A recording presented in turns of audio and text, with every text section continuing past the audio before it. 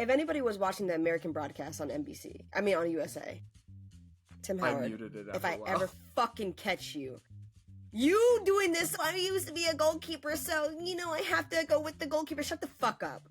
You're an idiot. And the referee called it in real time. And then some moron went in his ear and said, I think you should take a look at the monitor because I don't think that's right. You're a fucking meek. If you're going to trust these morons to referee these big games, then actually trust these morons to referee these big games. You telling another referee that, hey, even though you saw it in real time and you made the split decision on the field, I'm going to tell you that you're wrong, even though he wasn't, and tell you to go look at the monitor. And if you look hard enough, you'll see that I'm right.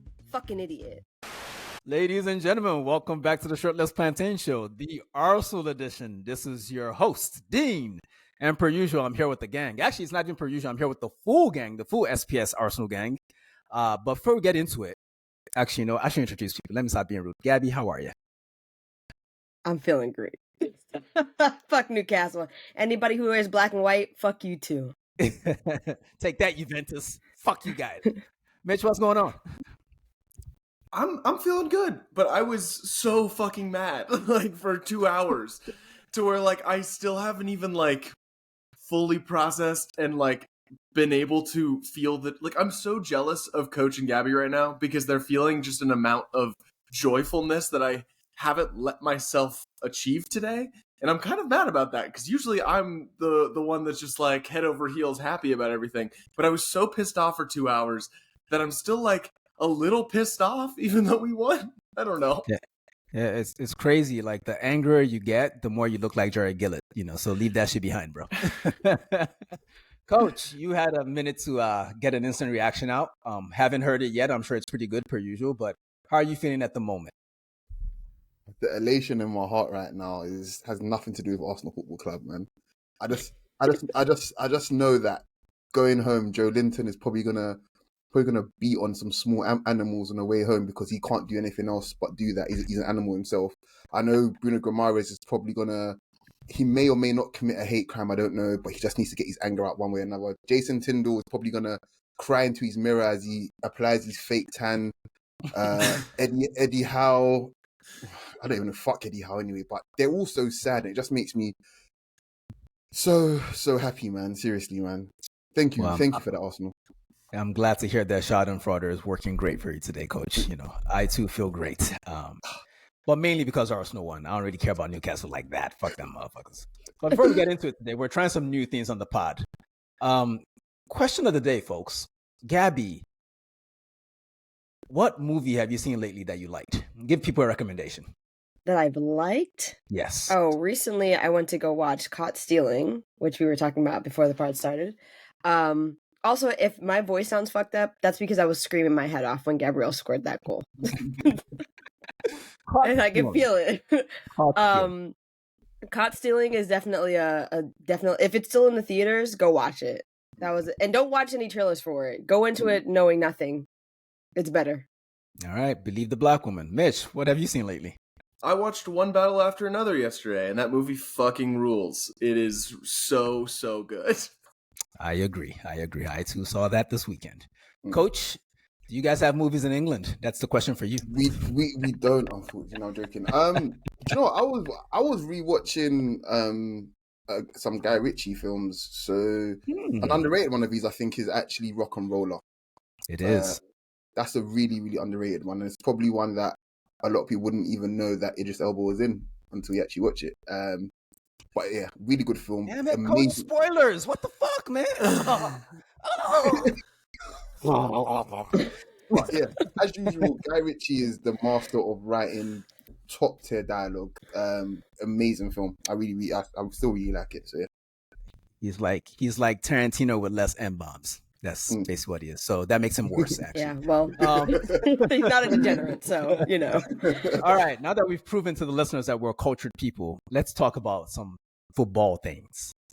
Before we get into the lineup, where we usually start, I would like for us to take a moment to rejoice because our guy, Big William Saliba, has renewed for 5 years with the Arsenal. Gabby, how'd that make you feel? It makes me feel great. I mean, I know there's a lot of people out there who were saying a lot of things about Saliba before he even got to Arsenal, when he was still at Saint Etienne doing his thing. And then after, he's going to leave us. He's going to do this. There's some Liverpool fans out there who are running their fucking gums, flapping their gums, saying, you know, we could come in and do a cheeky bid for Saliba. Shut the fuck up. Shut the fuck up. We don't lose our players to Real Madrid. You know, I think the most funny thing she said in there was that they were flapping their gums, because I was like, why did you say mouth? Is she trying to say Scousers don't have teeth? Like, that's so rude. Like, you know, we're going against the English stereotypes. We'll leave that to Coach, you know, since he's the English one among us. But damn, that was cold, Gabby. Appreciate it, Coach. To be honest, I'm really pleased more than anything the fact that it's the message that it sends. I think it's a lost art in football of saying something without saying a lot, basically. And him signing is just it speaks 1,000 words. It tells the world that Arsenal are not going anywhere, basically, because I don't think any successful team can win without having a defender like that at the heart of what they do. And the fact that he's committed to the club, he's committed to the manager, he's committed to the team for another 5, that his best years are going to be at Arsenal. His best physical years, should I say, are going to be at Arsenal. So it's amazing for me. Yeah, tremendous. Let's get into the lineup. Mitch, you're going to start us off with this. Let's just get to the most controversial thing in the lineup. The last time we all spoke, I feel as if we all agreed that Trossard, great off the bench. Should stay on the bench. Then the lineup comes out today, Mitch, and I see Trossard in the lineup. But I'll read the whole thing out before I let you react to the Trossard inclusion. It was Raya, Timber, Mosquera. That's strange. We'll talk about that. Gabriel, Calafiori, Zubimendi, Rice, Eze, Saka, Trossard, and Gyökeres. Well, back to Trossard, Mitch. Why was he there? I don't know. I don't really know what to make of him right now. He just kind of confuses me at the moment, because like he's doing some cool shit every once in a while, but he's also like, there was a point in this game, like in the first half, where he was like popping up at like right back, and I'm like, what the fuck is happening? Like, where are you being told to play? What is going on right now? But like with Madueke's injury, and clearly we played Eze in midfield, I think it made sense to either start him or Martinelli, and Martinelli's performance off the bench last week, I don't blame Arteta for wanting Martinelli to be the one coming off the bench, because he's just so effective against tired legs. And when you have someone like Trossard, who is hypothetically a very good finisher, I don't mind starting him. Like, I'm not avidly against it. That didn't piss me off or anything. Ironically, we gave a lot of shit to Arteta, and I think very rightfully so, after the City game for his starting midfield. And I think that this was the game to have that kind of midfield. Well, so I think that's what we all anticipated, that Mourinho would start to stiffen things up because we have to wrestle against the wrestlers. But there was also an argument, if you recall, the last time we won before today at Newcastle was the Jorginho game, where we basically just out-techniqued them. So it was like, why don't we just do what we do? So when I noticed that there was no Mourinho in the starting lineup, I was pretty pleased about that. But since I'm the biggest Mourinho booster on the planet, I wasn't trying to have a conversation with nobody. Well, let's talk Mosquera real quick, since we're still on the lineup. Gabby, why? Is this just us protecting our newly resigned asset in Saliba that much? I think it was. If Saliba's fully fit, there's no way he doesn't start this game. Like if we're being honest, I don't think he does not start this game at all. But the problem is, he goes out and he says, not Saliba, but Mikel goes out and he says, well, we're protecting him because he has a niggling ankle injury. And I'm like, he's on the bench, has an ankle injury. I mean, like, not enough to start him, but enough for him to come in the second half. I don't know if I trust that, but hey. Yeah, we're going to talk about that when we get to halftime as well, because I am confused by that substitution. I'm not mad at it. I'm just confused that it happened. I'm confused that he didn't start. I'm confused that he played.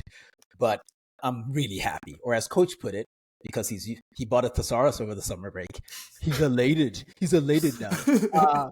But Coach, when you saw the lineup, where did you anticipate Eze playing? I knew, based on the fact that Trossard was starting, that he wasn't going to be the left winger.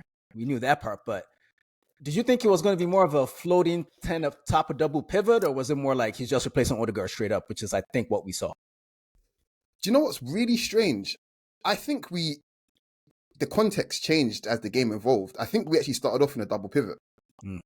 And then the more the game progressed, especially like in the first 30 to 35 minutes, there was gaps where he could just pop up everywhere. So he was just like, well, let's make it a midfield three, because if I go here, Deckers, I need you to go here, or Martin, I need you to go here, basically. So I think it's a way to Newcastle, like, you know, no respect to them, but unfortunately we have to admit that at home they, you know, they'll give you a tough time. So playing a double pivot, there's nothing wrong with that.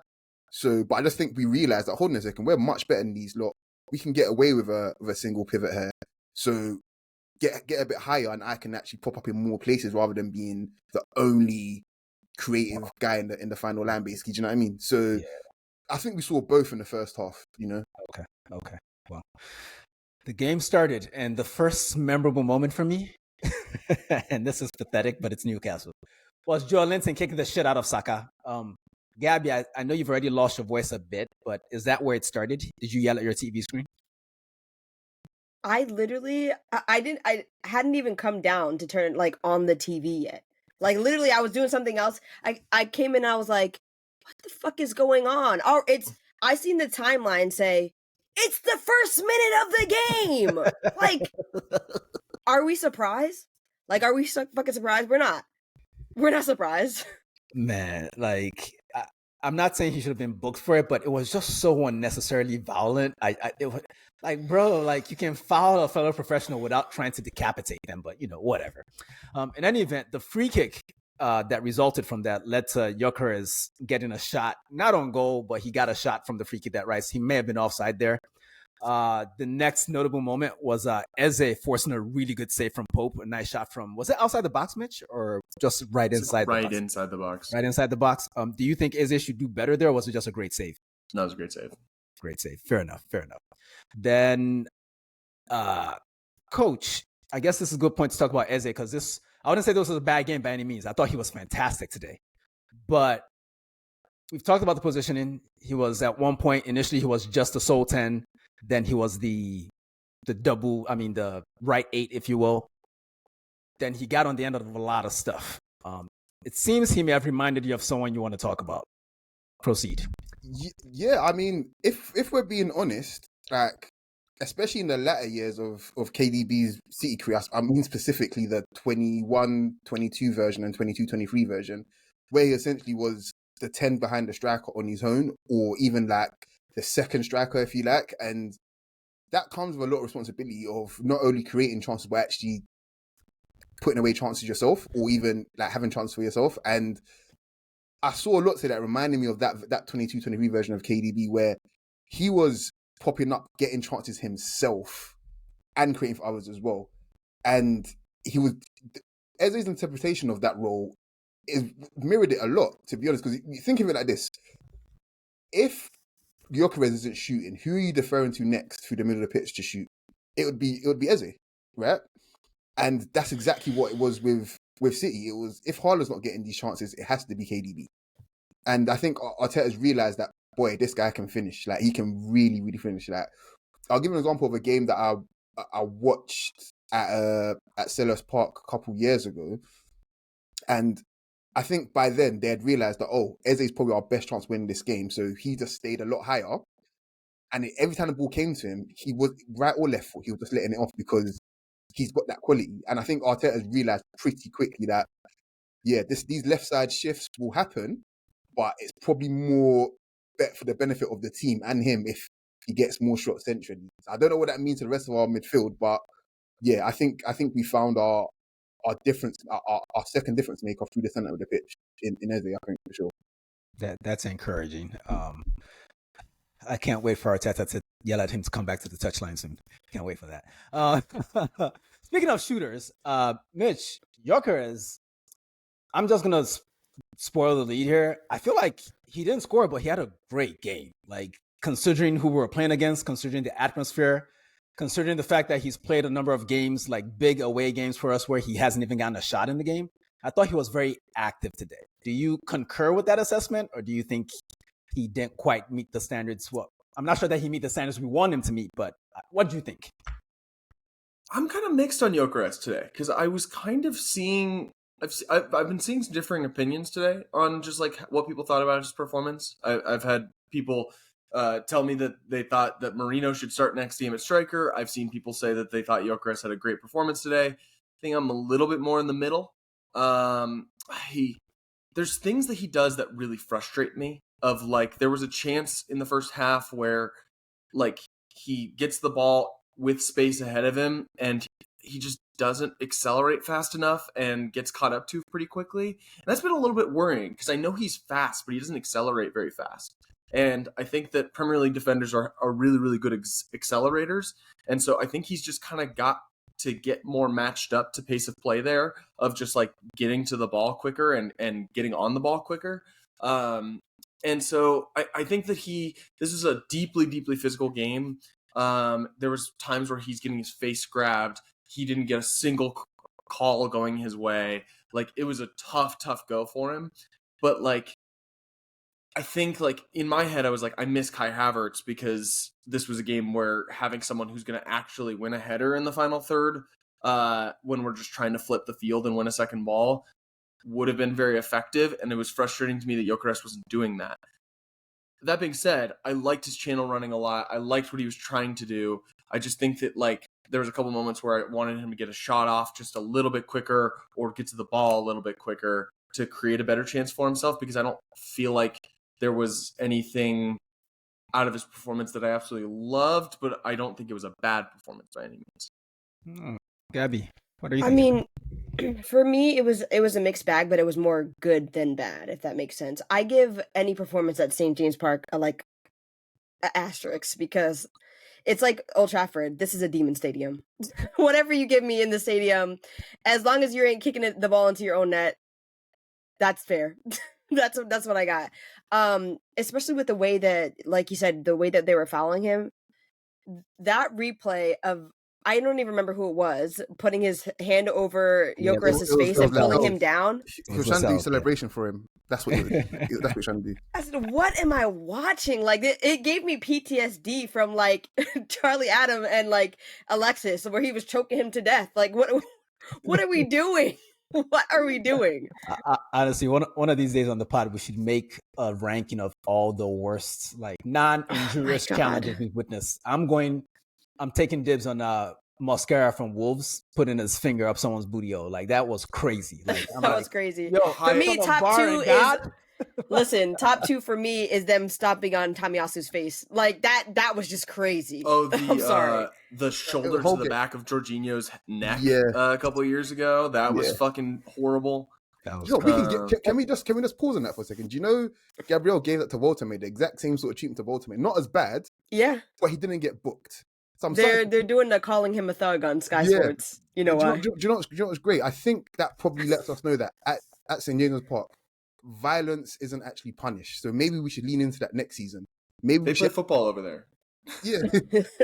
maybe we should actually go a little bit harder next year, seeing as nobody's getting booked for this shit. Do you know what I mean? So absolutely. But I mean, we've seen Abu Dhabi pick up red cards there. We've seen Kai Havertz have the whole stadium on his head for a regular tackle that Arsenal fans got gaslit into agreeing that it was a reckless tackle because, I don't know. They love all you Arsenal fans who agree with that, you niggas are soft. That was a great tackle, and I think there was like the moment Kai became like, oh, I fucking love this guy. That tackle almost single-handedly won us the league. There was a series of Newcastle corners that was the result of a non-call. Ultimately, was clearly offside. He ends up winning a corner based on being offside. They don't call it, and Newcastle get 3 straight corners, one of which resulted in a shot on goal from Malik Thiel, a great header. Malik Thiel, by the way, he impressed me today, and it's interesting because I watched quite a bit of Serie A because I record podcasts, and I watched him at Milan last year, and that boy was ass. But today he looked incredible. Like, I was really impressed with him. Coach? The thing is, I know he's a good player. I just know he sucks in Italy, but that's why he's on my bench in my fantasy team. Because, like, do you know what? We could probably he'll probably end up displacing one of those dickheads at Newcastle because I think he's better than at least one of those centre backs. To be fair, sure. But yeah, he was good today. I think he, to be blunt, I think he handled Gyökeres really, really well. Just if I'm just being honest, despite Gyökeres having a decent game, but Yeah, he had never acted like this before in his life. Like, he was not like this in Italy at all. I think on Gyökeres, I'm sure we'll talk about him again as we go through the pod, but I just want to make the point before I forget that for me, maybe I'm grading him on a low curve at the moment, but the fact that I can recall, like, yes, he didn't get those shots off quickly enough, but the fact that I can recall him getting in shooting position and shooting somewhere around like 4 to 7 times today, I'm like, he's going to be all right. Yeah. He's going to be all right. I just need him to like drop like 5 pounds and he'll be okay. This is terrible to say, and I'm not comparing the two players. But if for anybody American is listening to this pod, he reminds me of Jordan Morris when he's running so badly. And that is terrible to say. But he's so top heavy. Right. Like, right. He moves like an artillery tank. When I'm called him fat, Dean abused me and my lineage when I called him fat. But now you see it. Yeah? I still haven't called him fat. I don't agree with you. I'm not calling him fat. Like, but I'm just... by footballing standards, obviously he's not fat. You call him a professional footballer, but I mean in the sense that if you've got if it's noticeable to us, then by footballing standards, he's on the heavy side. Do you know what I mean? So, yeah, he does look a little sluggish lately, but I'm sure that will pass because, I mean, we've seen him. We saw him in the Champions League. It's not as if we just have highlights of him from the Portuguese league. So I'm not too worried about him. We'll give it till I want to say the end of November. Then if he still looks exactly like this, then I might be like, Berta, you bought a dud. Let's go get a ticket from Liverpool since the big teams are just buying players from each other now, apparently, according to Liverpool fans. Dickheads. By the way, before I move on, I'd like to make a general speech on Liverpool fans. You motherfuckers are annoying as shit. You're so insecure and you all suck. Okay? Like, let Arsenal fans just watch their games in peace without you motherfuckers interrupting. Like, it was an Arsenal versus Newcastle game. The fact that Jarred Gillett is a Liverpool fan that does not referee Liverpool games but referees Arsenal games is a fact. Okay? I didn't make that up. Okay? I said it. I put it out there, and you motherfuckers turned it into this whole battle. But in any event, you're not going to hear this because you're all morons, and I blocked all of you anyway, so we will never speak again. So you can all eat my dick from the back with hot sauce. Actually, not with hot sauce, because that should be stinging if it hits your urethra. But you know what I mean. Fuck y'all. In any event, don't my rant. Let's talk about the moment of the game. Even though a lot of good things happened later on, this was objectively a bad thing because Newcastle, there's some broken play. Newcastle gained possession of the ball. One of their defenders, it might have been Malik Thiaw, who we just complimented, passes the ball backwards to Nick Pope, but he doesn't see Victor Gyökeres in his blind side. Gyökeres gets onto the ball, taps it around Pope, gets upended. Penalty. Seemed pretty obvious. Next thing we know, there's a VAR check involved. And long story short, Nick Pope got a touch on the ball, and somehow that justifies taking the player out. I know I haven't asked a question yet, and I know I have said that with a certain tone, so clearly everyone knows how I feel. But we'll go to Mitch. What the fuck, bro? Like, I'm an Arsenal fan. I'm used to this, but that felt very pointed. Yeah. I think it was a Stonewall penalty. I think Saka put it really well after the game when they interviewed him on NBC. He said, when the VAR check takes that long, it's obvious that it's not a clear and obvious error. Therefore, it shouldn't have been overturned. And that is very, very well said, and he'll probably get fined for it. And that's crazy. I think my biggest frustration with VAR, because it's something that could be so good, is the fact that they go into a VAR check of how can we make sure that the call on the field is reversed, as opposed to, is there anything explicitly wrong with what happened? And if you're going at it with how can we find a way to overturn, you're going to look as explicitly as possible of ooh, I think Nick Pope's foot barely gets touched on this ball. And that means he didn't take Victor Gyökeres out. Yes, it does. Whether he got a touch on the ball does not fucking matter. He took Victor Gyökeres out. Gyökeres takes the touch, the ball goes away from him. The fact that Nick Pope flails his leg out and gets a touch on the ball doesn't make any fucking effect. The fact that he threw his leg out and it got Victor Gyökeres entirely. Gyökeres didn't embellish. He just got fucking wiped out. It's a Stonewall penalty, and it's only going to be overturned if you are going in with the explicit look of how can I overturn this, which is explicitly doing VAR the wrong way. It's just a technology that is being grappled with the worst and least supportive hands imaginable. Like, they don't understand how to use this and like even make their colleagues on the pitch decisions look good. That's a stonewall penalty in real time, and you have to look at it for 5 fucking minutes to realize that's something you need to overturn. That's bad, and you did it wrong. I literally don't have. He went over everything that I was going to say, but honestly, let me just say this. If anybody was watching the American broadcast on on USA, Tim Howard, I muted it if after I a while. ever fucking catch you, you doing this, I used to be a goalkeeper, so, I have to go with the goalkeeper. Shut the fuck up. You're an idiot. That was ridiculous. He upends the player, and it is a pen. And the referee called it in real time. And then some moron went in his ear and said, I think you should take a look at the monitor because I don't think that's right. You're a fucking neek. Isn't that what English people say? You're a neek. You're a moron. You're a nerd. Shut up. You're right. It's neat. Stop re-refereeing the game. If you're going to trust these morons to referee these big games, then actually trust these morons to referee these big games. You telling another referee that, hey, even though you saw it in real time and you made the split decision on the field, I'm going to tell you that you're wrong, even though he wasn't, and tell you to go look at the monitor. And if you look hard enough, you'll see that I'm right. Fucking idiot. Yeah, coach, I'm not sure you can top that, but you can try. I'm not going to be honest. I just think all referees should basically. We need them for the game, coach. Stop it. How are we going to play the games with no refs if you want to? I didn't say alligator shoot Alcatraz. cannon. You do this every year. That's why I shoot a cannon. I'm going to say all refs should have a 1-game contract. That's what I think they should have. And if you fuck up, then I'm sorry, you're going to have to reapply for your job. And just have a gang of refs just waiting. They don't have to be good because these ones aren't good. Just have anybody sign up to be a ref and just have everybody on a 1-game contract. If you're good, you get a game next week. If not, you get fucked off. Or you get put to the back of the line, basically. That's not terrible. Listen, you could do it the way I say it. We play with Jeopardy, right?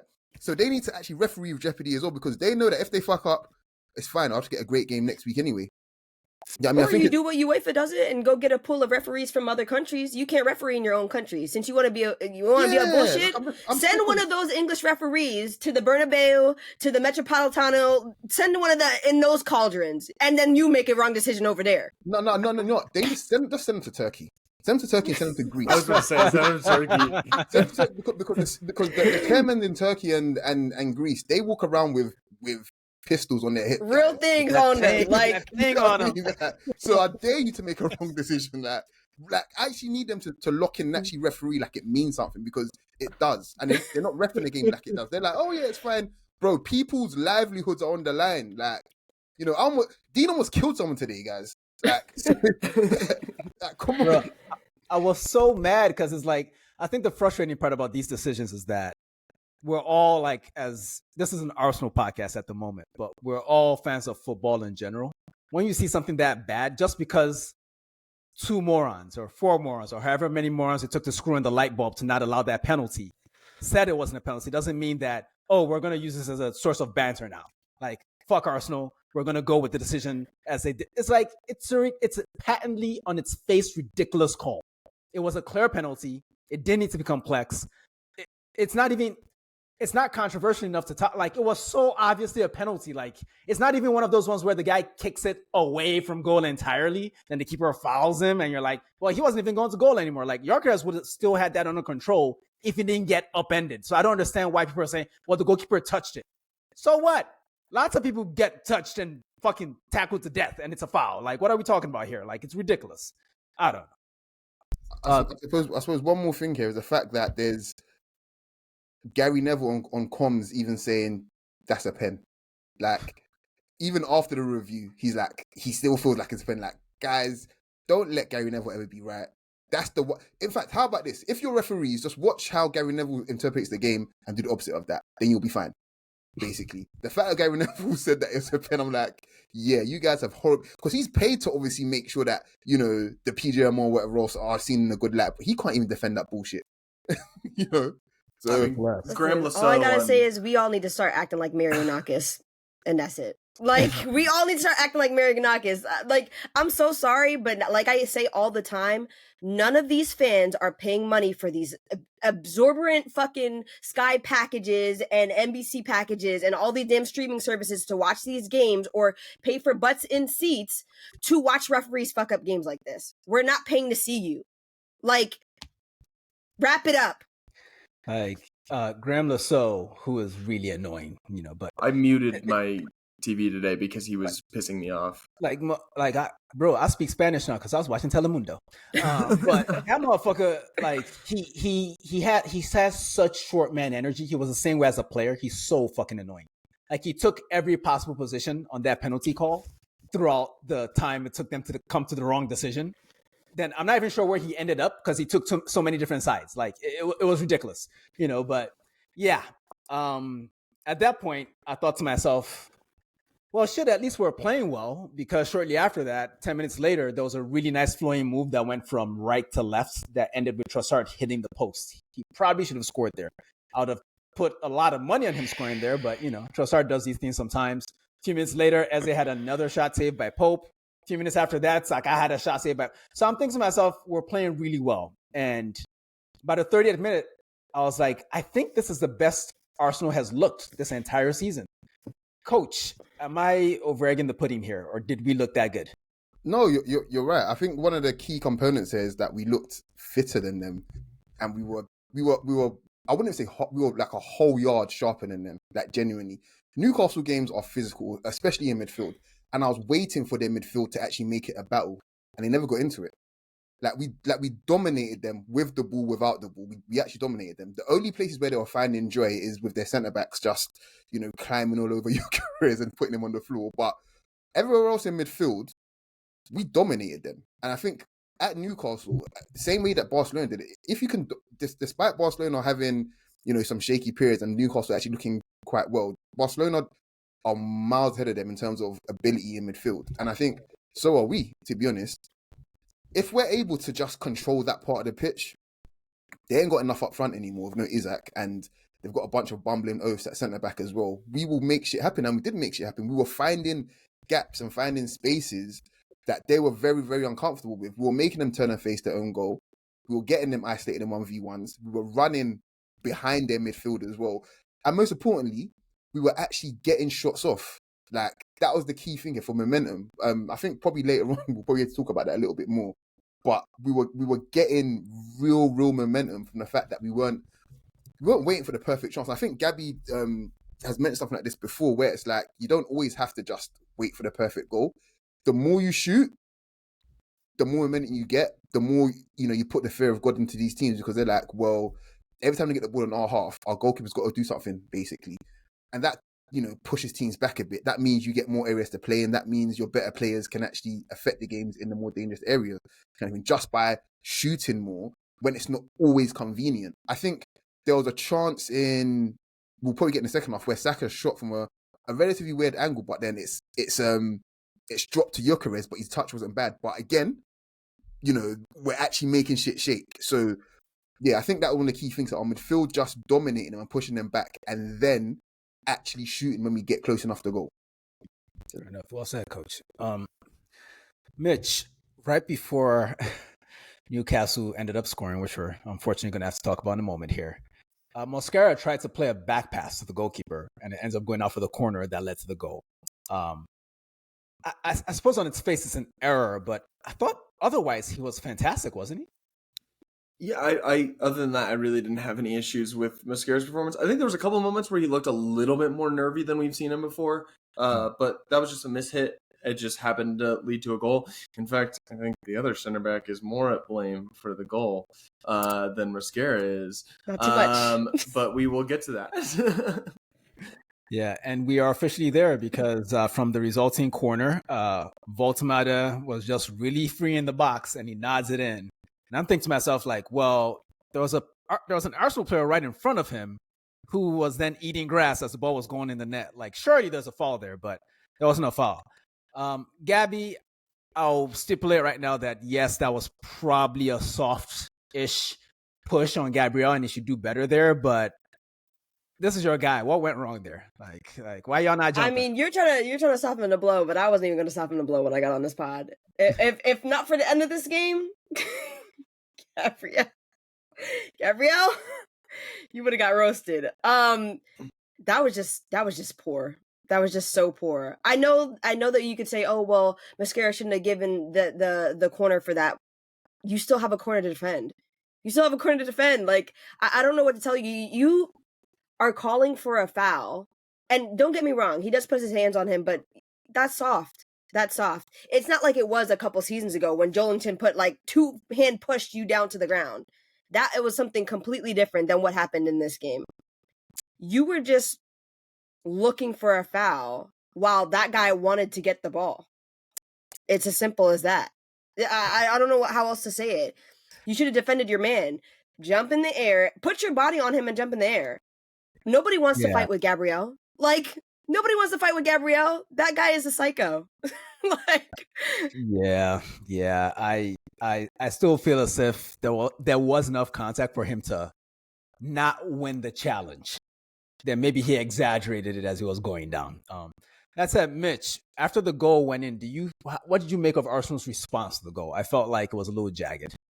Yeah, I think we were fucking rattled and played like absolute fucking dog shit for the rest of the half.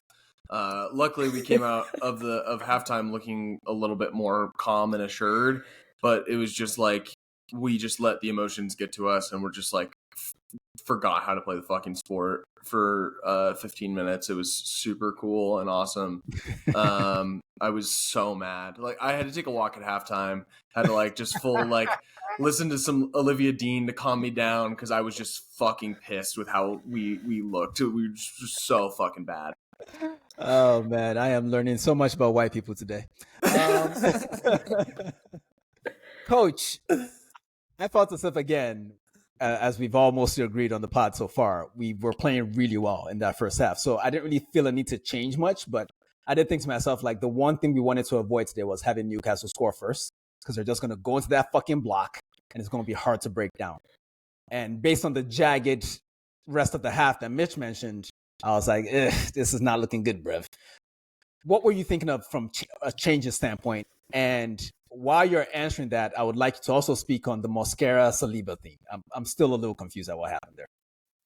Yeah, I mean, when you play that well and then you go a goal down, but then you've already had to deal with a Stonewall penalty not being given kind of thing, I can kind of forgive the players for not letting their heads go down, but just, letting the tempo slip a little bit, like it's hard to take. Like, as much as we say like they're paid a lot, like they should be able to just shake these things off. You got to give people room to process shit, not just in football, in life in general. Like let them process it, but obviously remain professional. We didn't. Go. Mitch took a walk. Yeah, do you know exactly what I'm saying? I can't talk about in public. Yeah. So I mean, the players that like I don't recall us conceding another chance for the rest of the half. It's just that when we got the ball, we couldn't really do shit with it. Basically, after they scored, it was just and I get it. Like it's really fucking frustrating, but I love this team because our out of possession shape is still really, really fucking good. So at a base level, we're always going to be fine in that regard. We're never ever going to just let one goal go in and then it's floodgates open kind of thing. We're going to steady the ship, but going forward, it's going to obviously rattle you. Do you know what I mean? So I sympathize with them in that regard. But the Mosquera thing, I don't have an answer for that.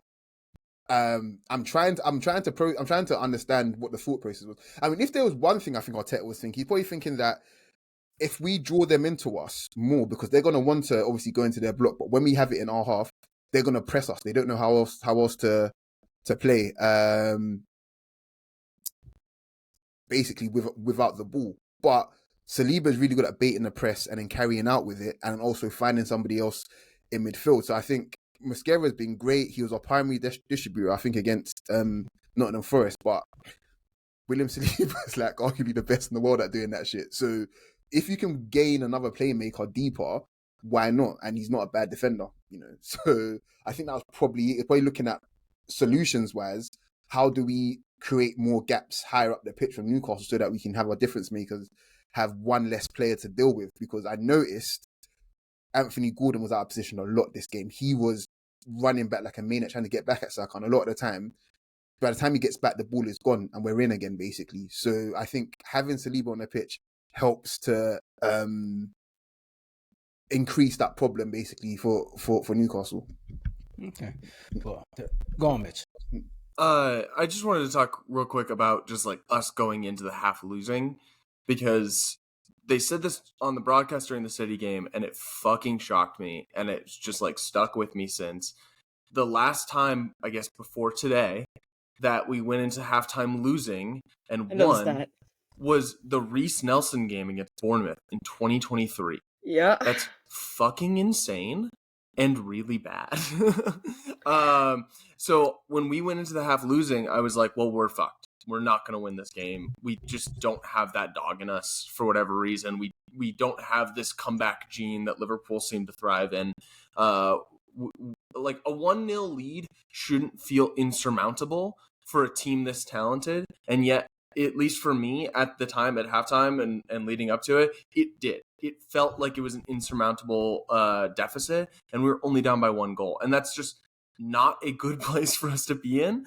I'm so fucking glad that we've like been able to come back and win this game, but I was so distraught because I was worried about like where we are if we can't come back from a 1-0 game kind of thing. Like if we concede first and we can't win a game, then what the fuck are we doing?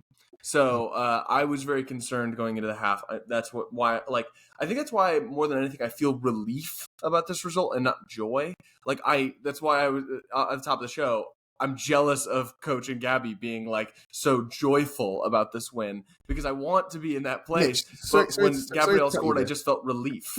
Sorry to cut there, Mitch, but it's the joy doesn't come from just it's hate, bro. It's hate. Yeah, it's the hate in our hearts. What do you mean? Trust me, I fucking hate these motherfuckers. I hate playing at St. James's Park. It's not a good atmosphere. They're just angry and loud about it. That's not like they're not a good crowd that you're like, oh, what a wonderful atmosphere. They're just mad all the time. But I just noticed as well that they weren't actually that raucous today. Literally, because they were getting fucking slapped. Beating the shit out of them. I'm talking early in the game. Like the biggest cheer they got was Joe Linton trying to assault Saka. That was it. But they were quiet as fuck this game. They know it's never been more over for them. And just for the record, I will always harp on this. I resent all these stadiums where they put the away fans in the fucking sky and you can't see them at all on TV. I hate that so much. It's bullshit. Like when the Liverpool boy, Rio, scored against them to beat them a couple weeks ago, when he went to celebrate, he had to look around to find people to rejoice with because everyone around him within his eyesight is a Newcastle fan. It's ridiculous. Like it's so unfair that at some stadiums, the away fans have to sit in the sky. Meanwhile, at the Emirates, I can literally see these assholes celebrating before the ball goes in our net sometimes. That shit at Tottenham's too as well, actually. We've had a good time with Gabriel and the rest of them just celebrating in front of our Arsenal fans. It's been quite wonderful, I can't lie. Every stadium should have a spot where we can see the away fans on TV. That's all I'm saying. Maybe not all of them need to sit in the same section, but just come on, man. Like this is not too much to ask for, man. Fuck Newcastle. Anyway, second half starts. First highlight I recall was maybe about 9-10 minutes in. Trossard passes a nice ball to Eze. Volleys it over the bar. Then there was a really good chance 5 minutes after that where there was some combination play through Newcastle's block. So for those of you that always complain about central progression and all that shit, shut the fuck up. It's hard to do, but we did it really well in this moment.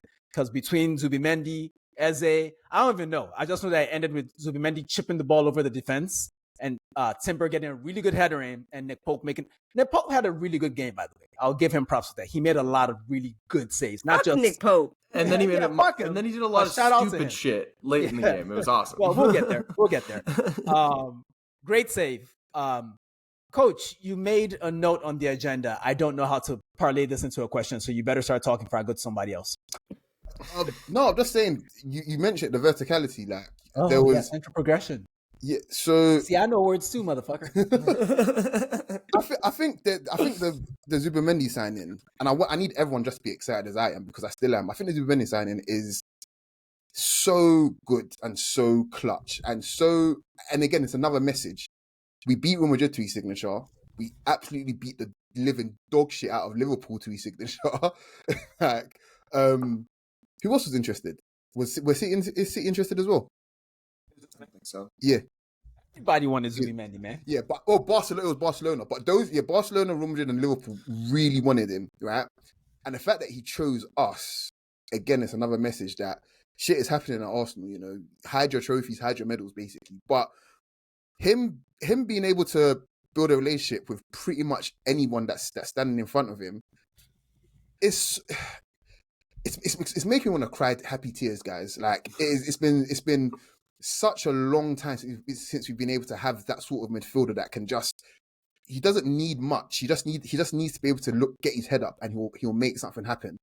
The ball to timber itself, I think, is just Zubimendi probably operating at 105% at this point. It was first time scoop to the outside of his foot into a big chance. Like, it's a very, very difficult pass, guys. And this is him playing 30, 35 yards away from the opposition goal. Like, this is not what we bought him for. Or maybe it is, I don't know. But in my mind, I didn't have him making those sorts of passes. But again, you know, a few weeks ago, I made the point of all three of our midfielders, regardless of who we put out, can do shit in all three phases of the game. That's very hard to stop. That's very, very hard to stop. Think of it like this. We have our number 10s in Eze and Ranieri and Odegaard. So teams like, oh yeah, we'll just mark him. But then Zubimendi can play that sort of pass as well. Rice can put a ball in the box that will make you want to cry because of the amount of whip and pace on it. So there's a lot of creative options there that don't look traditionally creative, if that makes sense. And that only means one thing. If we're following the ball out wide kind of thing, teams will be like, oh yeah, Saka's there, we can stop Saka. And it's like, well, okay, Zubimendi just punch it through the lines to Eze or create a chance himself. How else do you stop that? Like, we've equipped ourselves with so many weapons now that, for me, it's hard to see us not going on a long run this season, which may end in a trophy or not. But I think there's too many options there for us in midfield, at least. So, yeah, well said. Coach has just glazed Zubimendi for about an appropriate amount of time, I would say.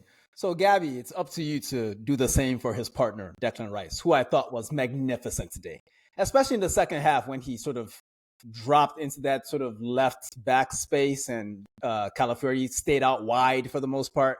But Declan Rice was just everywhere today, Gabby. He was. And that's his job for us. He's just everywhere. I mean, that guy covers grass like a fucking lawnmower. I don't know. Like, for me, like, I can't really say what I was particularly watching him on the ball, but at least in transitions, which we had a few, that later on in the game transition where he gets back and he's behind the player. I can't even remember who it was. I think it was Murphy. Murphy he was behind him and he catches up to him in his own box and actually gets the tackle, and so he can get it out for a corner. Declan Rice, I felt safe. That is the I felt feeling. safe. He just it reminds me of I know we make fun of it all the time, but it reminds me of that game at Anfield that we had like last season, was it? Yeah. Where he's just like, oh, there's 4 people running at me. I'll just look at everyone and hopefully they stop and say, I can't get past Declan Rice. And he was right. Like, he just keeps the midfield ticking so well. Like, the only criticism, and this is a nitpicky thing, but the only criticism I had of him was that I wanted him and Zubimendi to have more emphasis on the ball and play in between the lines, which I know with central progression is hard, but I wanted that specifically. I was like, I want to see some more of that. Everything else, hey, I can't ask for much more from you. You know what I'm saying?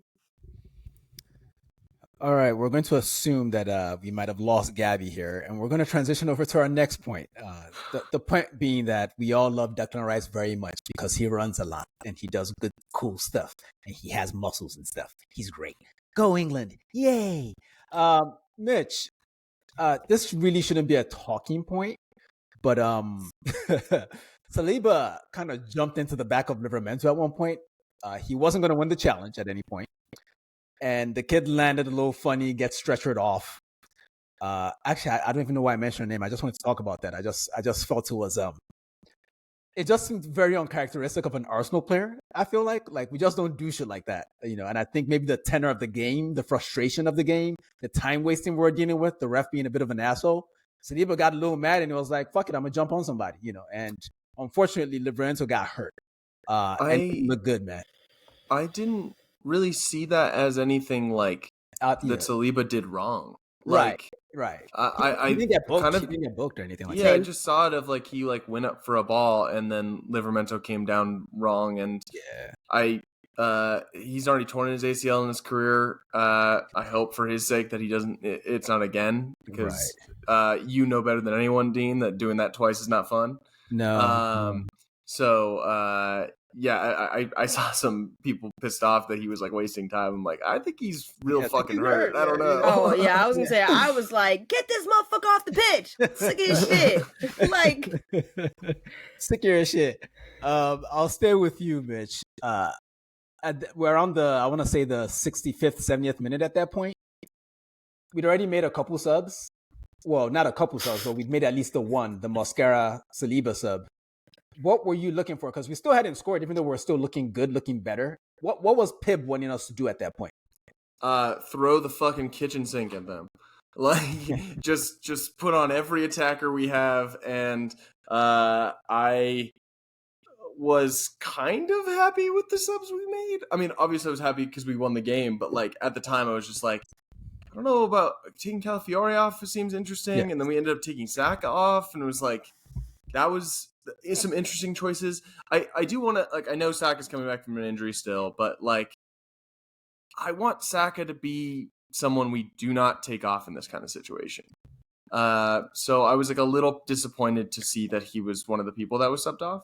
I don't think he did anything wrong or deserved to be subbed off. I think it's more load management than anything, but it's like, I want Saka to feel inevitable. I want him to reach that Salah level, and I think that this is a big season for him. And obviously, he had the setback with the injury, but I'm really hoping that he can like manage to kind of like find some consistency. Bro, why are you doing this? I'm sorry. I think that's going to be on Saka himself. I'm not going to, like, obviously we want our best players to be on the field during the most clutch moments of the game. But at the end of the day, his hamstrings are his hamstrings. And we bought a whole £52 million worth of winger to protect those hamstrings. So it is what it is. That said, Gabby, we removed Saka and Calafiori for Marino and Martinelli. Those are not exact, even within our very flexible squad, those aren't exact matches. Yeah, they weren't plug and play. Right. Did you like the aggression that Mikel was showing there? Oh, I was definitely saying, listen, I wouldn't have taken Saka off, but I understand why he did. But Trossard should have came off earlier. He was pissing me off. I can't lie. I was like, Mikel, there's no way that I'm seeing Eddie Howe make subs before you. Wrap this shit up. Like, seriously, I was like, Trossard needs to come off. If Martinelli is one of your finishers, put him on now. Leave Saka on the other side and put Mikel Merino up there. Like, you know what I'm saying? Like, you're lumping balls into the box now, and you know Gyökeres is not going to get those headers. Put Moreno in there. That's fair. Coach, where do you stand on the subs? I mean, obviously we won the game, so it worked out in the end. But do you think he made the right choices there? I'll be honest with you. I was confused as fuck, man, because like, the hell are you taking off Saka for? But I understood the logic. Like, the moment we actually started putting even more pressure on them, I was like, oh, okay, so Saka obviously can't continue the high intensity runs, so they've lost Livramento as well. So Dan Burn, who's had to deal with Saka for, the best part of 70 minutes or whatever it is, now has to deal with Martinelli for 20 minutes. That's not fun, regardless of what we think about Martinelli. Martinelli running in a straight line at you is hell. Like, he's a bundle of energy. So even if he hasn't got the ball, having to track his run, which is a lot more direct and a lot more, there's no frills with it. I'm just going to try and run into the space behind you. Whereas the Saka will stop you, then it'll go past you kind of thing. So he's had to change the whole way he's been defending the entire game. So that's one part of it. With Marino is even more simpler than that. He's just another big body in the box who's going to cause havoc. They've had a great time with Gyökeres today. Okay, that's cool. We'll bring on our 6'2" guy who is fantastic in the air. Deal with him as well. Then you've had your fun with Gyökeres. Deal with this one as well, kind of thing. And yeah, I liked it, to be honest. I just didn't. I just felt as well that Calafiore could have had a moment today where like his creativity could have unlocked something, because I felt like he was a little bit, not too much, a little bit hesitant to kind of, you know, throw the ball in the box here or there kind of thing. So maybe Arteta sensed that as well. Unfortunately, let me just, if he's not going to do that, let me actually just get him off and actually just be a bit more direct. But yeah. Going back to the question, Didn't Elanga come on that side too? yeah, he did. Yeah. And Calafari had been booked. Yeah, I think that's that why. deserved the booking. It was a foul, but I don't think that deserved the booking. He had fouled. He held Livramento back at one point, and there was a lot of Arsenal cover right behind him. So it's not like something crazy happened there, but whatever. In any event, this is a moment where I don't want to do too much because I'm the host of the show. I shouldn't be talking as much as I do. I actually hate hearing my voice when I edit these pods. It's disgusting. Like, I know, listeners, I completely relate to you motherfuckers, man. I will shut up now. Well, first, Mitch, Captain Fantastic came on. It's been a long time since we saw that motherfucker. And I have to say, I know I've developed a bit of a reputation as the resident Odegaard hater because I'm not such a fan of breast milk unless I'm drinking it. However, what is your problem? This Homelander motherfucker. I'm sorry, it's precious. Lock him up. You should be in prison, dude. Fuck you. Listen, I'm like running up on motherfuckers and just like latching onto a nipple. It's Spike. That's what it sounds like. That's what it sounds like. We'll talk about that on the next episode of the pod. We don't have enough time here. However, I just want to say it wasn't even a 20, it was, let's say, a 15-minute cameo plus the extra time on the end of the game. Mm-hmm. This was maybe the best Odegaard I've seen, obviously this season, easily this season. But in a minute, he was on it. Like there were the passes we wanted to see. There was one to Gyökeres with the outside of his boot. There was one to Miles Lewis. Oh, he was just really good, Mitch. I'm gonna have to shut the fuck up and latch onto a nipple, huh? I beg you to not. Yeah, I truly. Well, if it's not a nipple, I'm gonna keep hitting, then. I'm sorry. Like that's the only thing. I think maybe he's a little scared that Eze is going to take his job. Yeah, it was great stuff from him. Got the assist on the goal because he took a corner, so we didn't have to see a dumbass fucking out-swinging ball on a corner from over there. Because there was a point in between Saka getting subbed off and Odegaard coming on that we didn't have someone who was ready to take those corners, and we saw one of those dumbass fucking out-swinging corners from Declan Rice. So I'm glad that we at least brought on someone who could do that. It was very, very nice performance from him. It was great to see him at full flow because it feels like it's been ages since we've seen something like that from Odegaard. Very encouraging performance. Hopefully he continues to build on that. Listen, man, Odegaard Hive, we back up. We're back. We back up. We're back. Because he was floating around the pitch like nothing. He did the one thing that I was actually asking Zubimendi and Declan Rice to do a little bit more, which is not really in their real bag, but is incisive passing. I want you to be a little bit more vertical. Play in 2 feet in the pockets. That ball to Miles Lewis-Skelly was sensational. It reminded me of the ball against Porto, where Trossard scored. That's exactly what it reminded me of.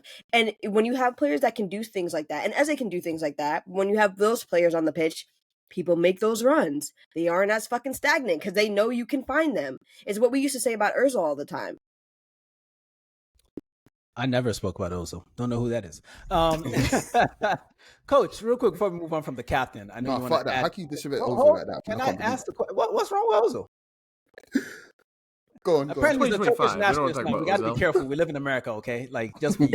That said, was there I know when you're chasing the game, you just want to put on as many talented players as possible, but did you get the sense that him and Eze were kind of redundant, maybe? No, not really. No. Okay, so here's my thinking behind the sub. Are you finished? Or? Well, I just want to make the point that as the host, it's my job to start conversations. Don't jump on me, okay? I'm trying to make you think and say. Is it a little bit redundant? Nigga, no. I saw it like this. I saw it as when he took off Zubimendi, I was like, okay, so Rice is the single 6, if you could call it that, because he's not even playing 6 at this point. He's just playing because Newcastle have sunk so far into their own half. But I saw a slight potential evolution where it looked at times like he was part of a double pivot with Rice and Eze was still floating. basically. But that obviously wasn't the case because he was still getting forward anyway. But when Eze and Odegaard strike up a proper relationship, I absolutely do see Eze being the more decisive one out of the two. That doesn't mean Odegaard can't do the You almost thing. said Ozil, didn't you? That's honestly one of my favorite players ever, man. I'm sorry, guys. If you combine Eze and Odegaard into one person, maybe you get Ozil. You might get half of Ozil. Mhm. But I think there's no reason why Odegaard can't do the same things where he's popping shots from outside the box and he's, making some really cool passes and shit. But in this game, I think the game required his cooler head and his actual composure, being the captain, to be like, okay, I see gaps here. You guys do your thing. If it gets recycled, I'm just going to give it to you guys again because I can do that. I can do it from here, kind of thing. And it's a lot more of a simpler job, more responsibility. Don't get me wrong. But it's a simpler job for the likes of Eze and whoever else we had up front to take a touch, get at the feet and hit at a goal or hit a crossing, kind of thing. There's a lot more measured and a lot more sort of know-how, I think, required to get the ball to them. And Odegaard is a master of that. We talked about the pass to Miles Lewis-Skelly.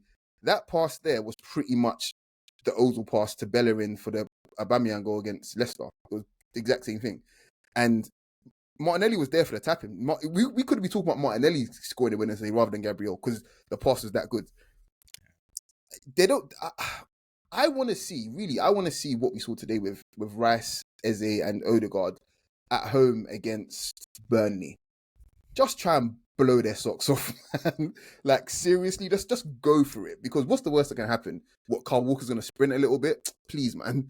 Like, just go for it. So, yeah, there's a world where they both play together and we score like 8 or 9 goals in a game. I'm so sure of it.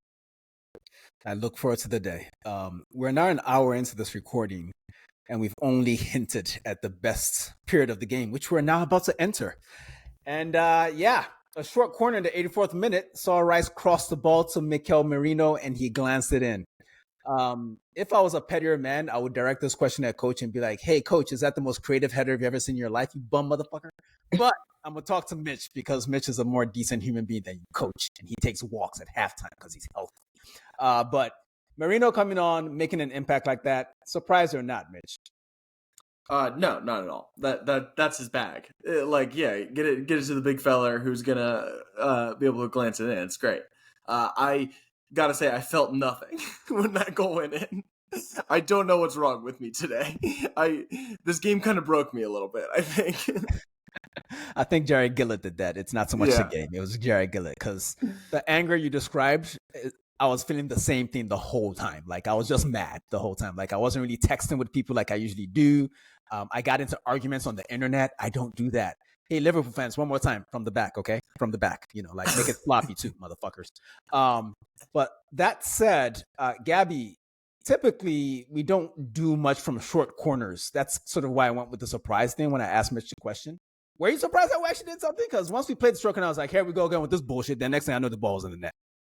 Honestly, I was hoping that for all of the talk about Mikel and not Moreno, I mean Arteta, and about how he trains and he makes them, be not aware is not the word, but ready for every situation.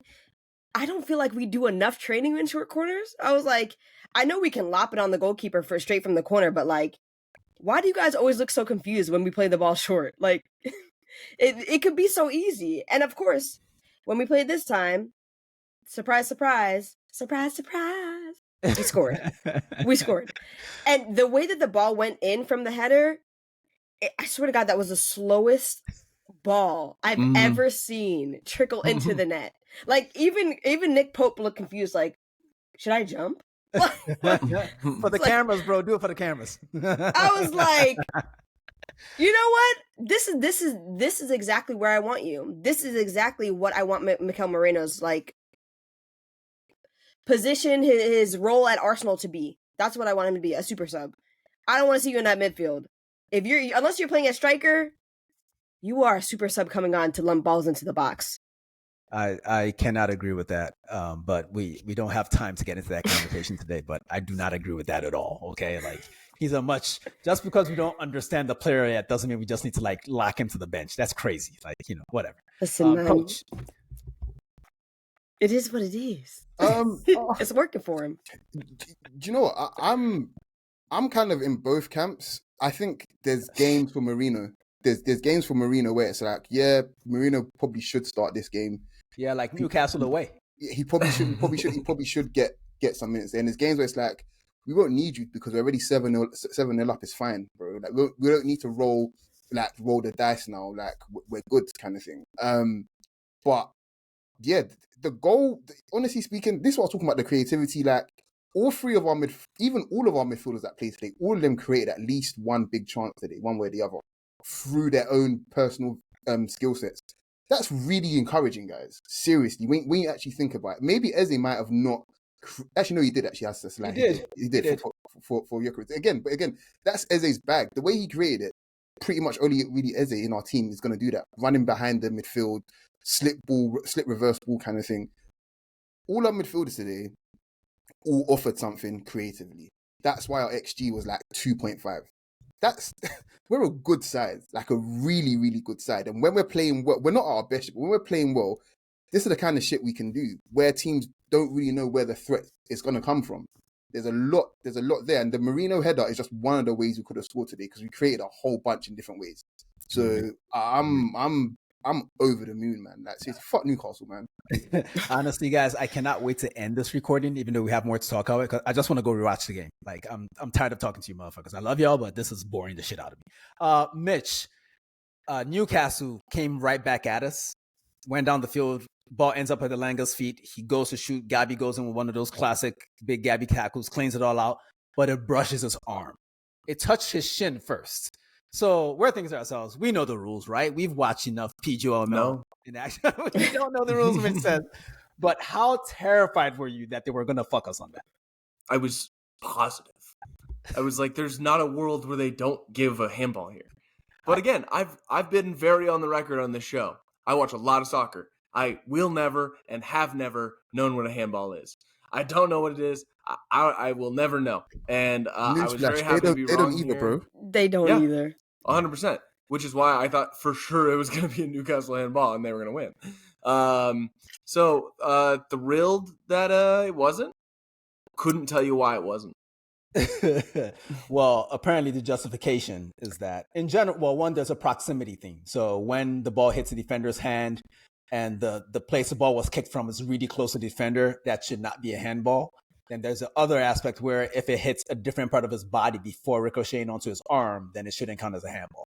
That said, I've seen referees in different leagues, different competitions go for and against that rule. You know, so once the ball went out for a throw and Jarred Gillett did one of these and put his hand on his ear, I was like, oh, here we go again. You know, because I was like, it would be right to just get fucked twice at the same half of the pitch in the same game. Like, I just think it would have been great. It would have been great symmetry. That said, the game continued, and in the 86th minute, I don't know what we were doing, but Nick Pope caught the ball. Good for him, Nick Pope, having a good game. Then for whatever reason, he actually thought they could win the game. And he decided to start a quick counter. And he does a sidewinder kick because he thinks he's fucking South American genius goalkeeper. And he gives it right back to us. He probably gave it to Declan Rice. I'm not sure. I think it was probably Declan Rice because he was every fucking where.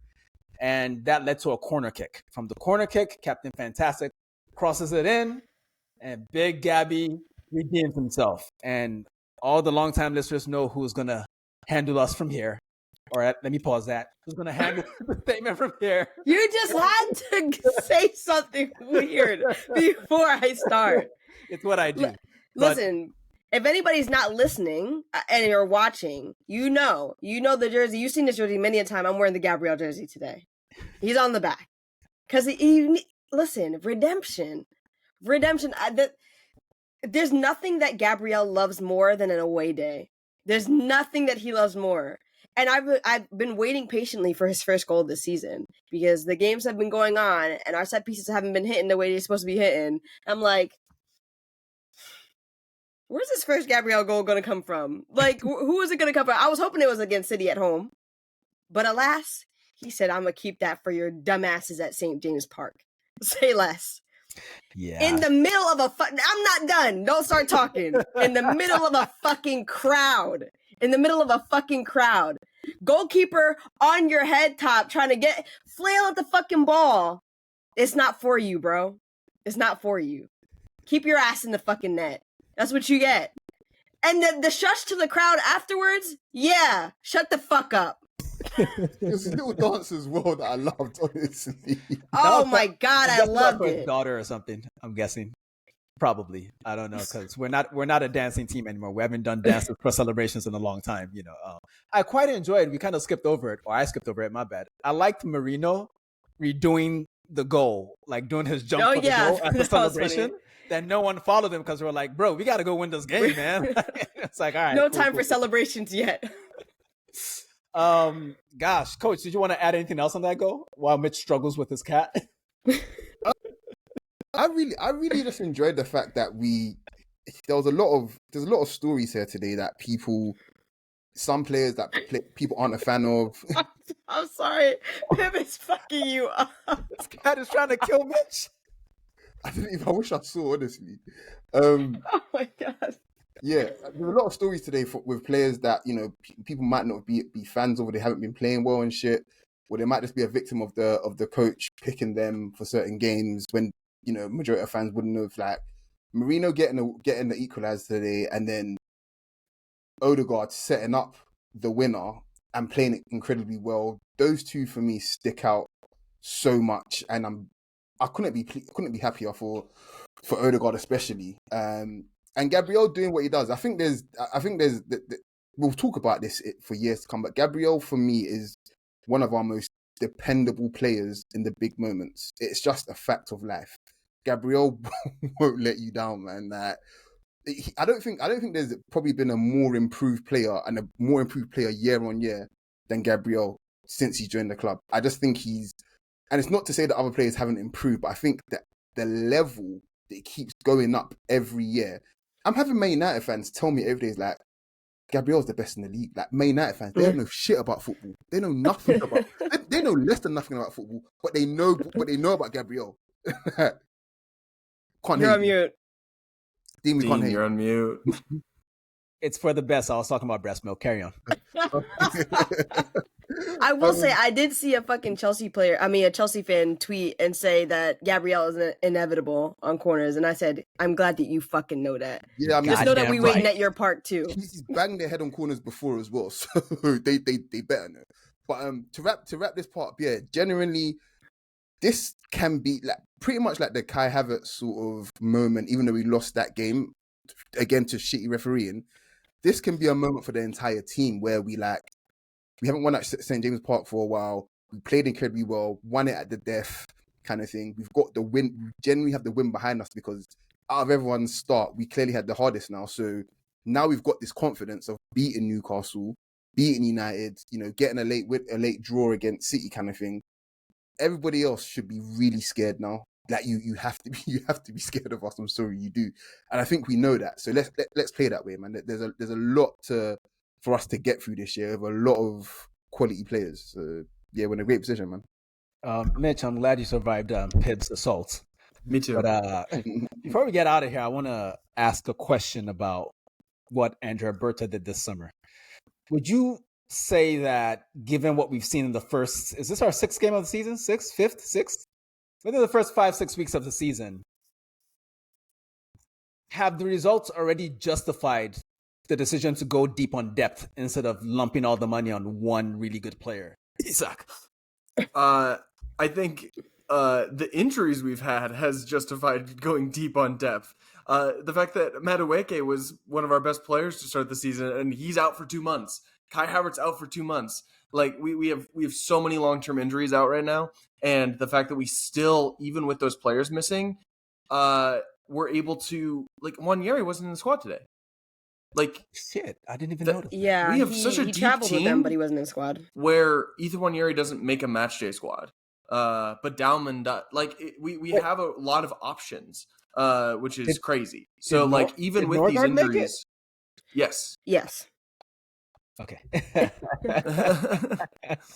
I would love to see Capie, but you know, yeah, I just want a little bit of everybody's alive at the same time, so we can see who makes the bench. But we'll get there someday. It was also nice to see Miles come off the bench to kind of close things out in the final, I don't know, like 4 minutes of the game. But yeah, guys, I think we've done more than enough here today.